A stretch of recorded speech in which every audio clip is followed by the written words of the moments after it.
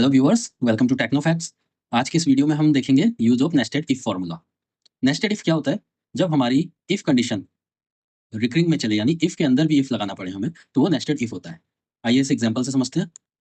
ये मेरे पास एक डेटा सेट है जिसमें स्टूडेंट, उनके मार्क्स दिए हुए हैं। अब इन मार्क्स से मुझे ग्रेड बनाना है। ग्रेड के लिए एक रेंज होती है।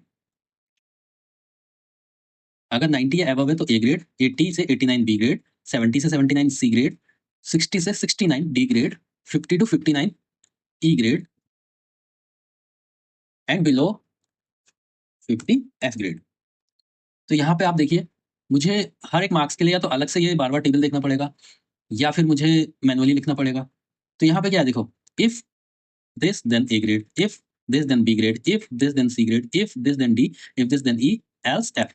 तो यहाँ पे आप देख सकते हो रिकरिंग में इफ कंडीशन लग रखी है और यहाँ पे हमने एफ तक ही लिया हुआ है, तो ये इतनी ही बार इफ लगा हुआ है, लेकिन कई बार हो सकता है कि हमें और ज़्यादा इफ कंडीशन लगानी पड़े, तो उसको बोलते हैं नेस्टेड इफ कंडीशन। तो अब यहाँ पे हम जो फॉर्मूला यूज़ करने वाले हैं, वो कुछ इस टाइप का फॉर्मूला होगा, is equal to if cell जिसमें हमारे मार्क्स हैं greater than equal to 90 A grade की कंडीशन, greater than equal to 80 B grade के लिए, देन एंड सो ऑन।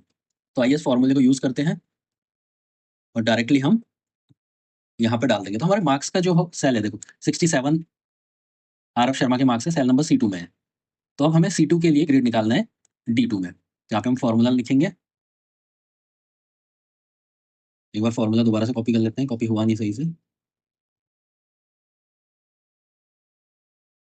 तो देखिए मैंने क्या लिखा है, is equal to if C2 is greater than equal to 90 then A grade, if C2 is greater than equal to 80 then B, if C2 is greater than equal to 70 C, if C2 greater than equal to 60 then D, if C2 is greater than equal to, यहाँ पे value लिखनी है, greater than equal to कितना होना चाहिए 50,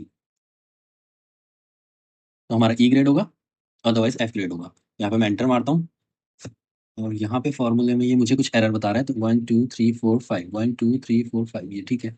हाँ,